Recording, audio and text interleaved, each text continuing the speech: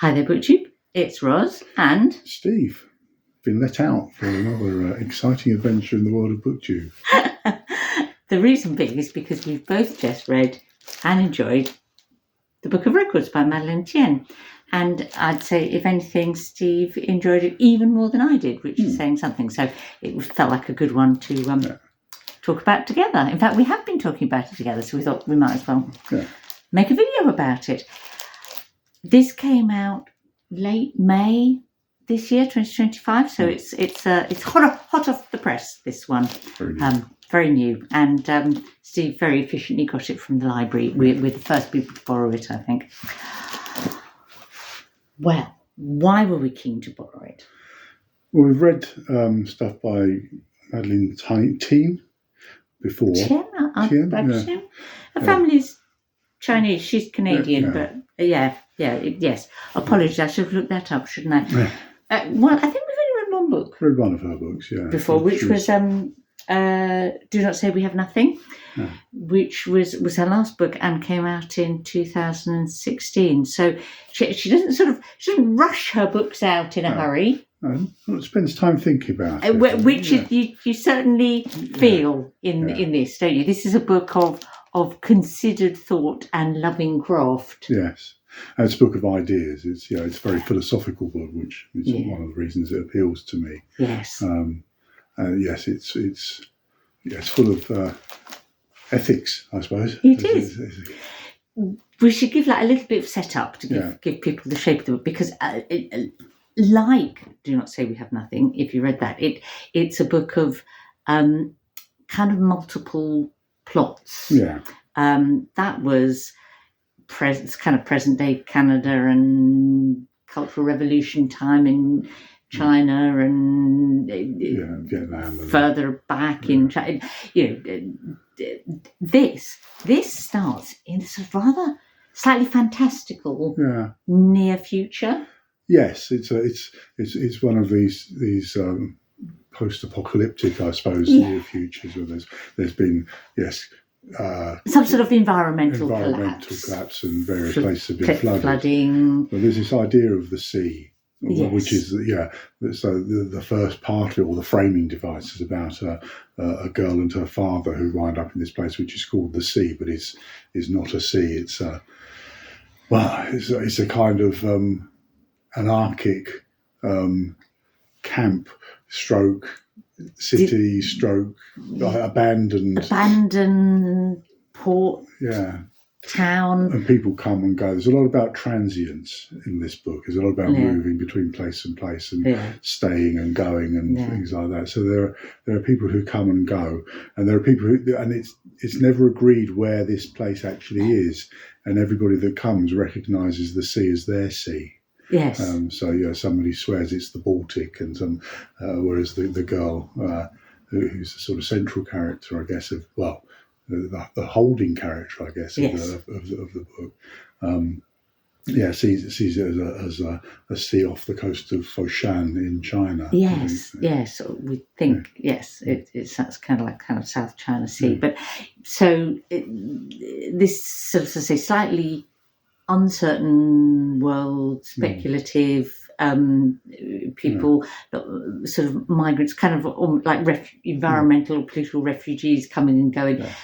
But she and her father end up staying in this dilapidated labyrinth of a town. It shifts. It shifts. Yes, and they have three neighbours who are living in rooms adjacent to theirs, and they've brought 3 books. Yeah. When they fled their home, they brought 3 books. 3 books that are fairly at random. They picked 3 books from one of those collections of great lives, and these are lives of the great explorers. I think the books are described as, and they turn out to be a book about the life of Du Fu, who's a Chinese poet from the 8th century. Yeah. And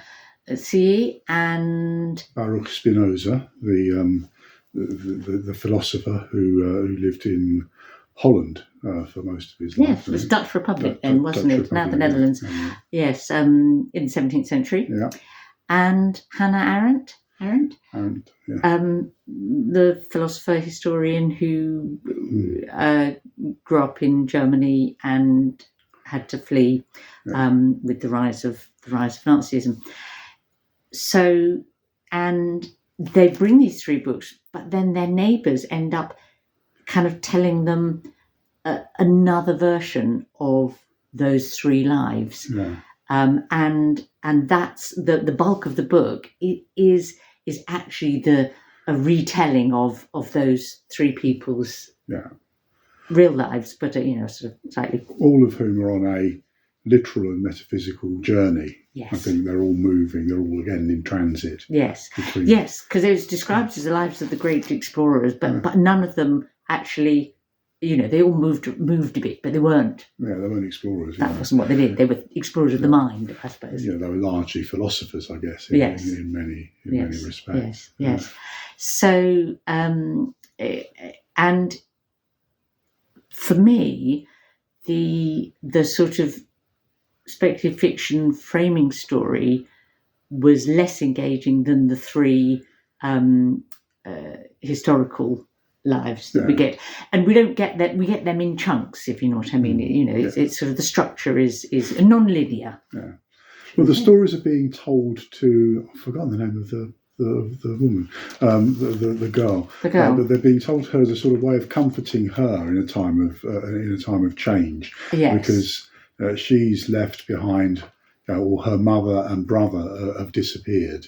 And she doesn't know about. We don't know. Don't know whether she will see. For much of the story, we don't know why and how. We do eventually find out more about that, and that's another very engaging part of the story. Actually, when we hear back about but the stories are being told by the 3 characters in the neighbouring rooms. Neighbouring rooms, yes, as a way of comforting her, or as a way of illustrating or expanding upon the versions that she knows from the books. I think. Correcting them or correct. Yes.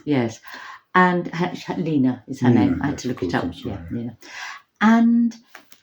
But in a sense, it's all a vehicle, a vehicle for ideas, isn't it? It's very much a book of ideas, a book of philosophy and of ethics, and which of course Spinosa was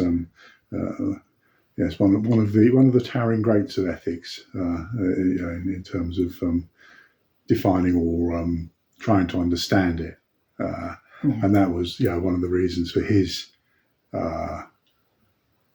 moving on, as he was expelled from his religious community. He was a Portuguese Jew whose family had fled Spain and then Portugal and wound up in the Netherlands. It was the Dutch Republic was a more sort of tolerant society, but yes, but his knowledge or his understanding or his interpretation of the world, his philosophy, led him to a more materialist viewpoint, and sort of said that there isn't really a God as you perceive, as his community conceived it. Yes, and so he was expelled. So he's sort of moved further on. I think on his journey. His journey. And Hannah Arendt is expelled in the sense of, she has to leave Germany. And she, Germany is very much her home, and that she feels German until then she's told, being Jewish, that she isn't. I think for her it was more about being a communist. Or as much about her political views. She hung around with the Frankfurt School, and she was part of the Frankfurt School. Hung around with.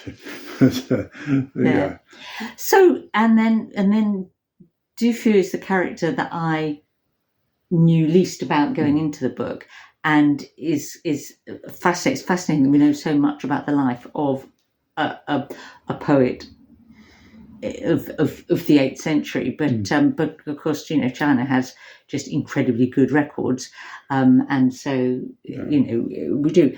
But as I say, their stories, I became emotionally attached to all 3 of them, and ultimately to Lena and her father and the family that she's been separated from.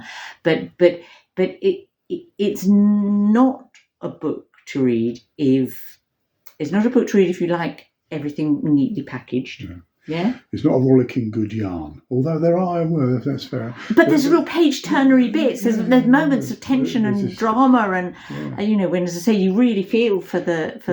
It's escaping across France and Spain and Portugal, and then across the Atlantic. For Hannah. When it's touch and go as to she's in an internment camp in Vichy, France. At one stage, and it's and they're travelling on false papers, and some of Spinosa's stories very touching and thoughtful. So it's not a book without emotion, but it is very much a book of ideas, and you will enjoy it most if you are prepared to sort of run with that. Do you think that you need to already know about those three people to enjoy the book? Well, it's just, like you, I didn't know about Dufour, so I think that it's not much about it. It's, if you're prepared to go with it, you learn enough about them because they are effectively biographies. Yeah, and it is part of the scene about it's called the Book of Records. Yes. So I think what gets recorded, what gets saved, what gets remembered. Yes. What gets taken forward from that. So yes, the stories are told and retold in effect, and they're sort of saying, can we ever sort of really know in full the story of somebody's life? Yeah. And that the Spinoza part of it, the ethics, what does it mean to be good?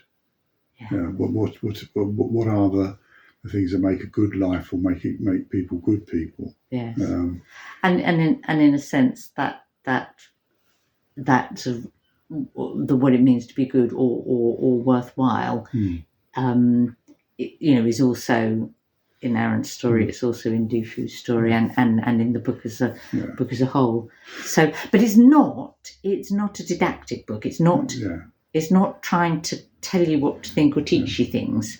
You may find you go and Google. If you don't, that's what I certainly did. You know more about Spinoza than I did. But it's.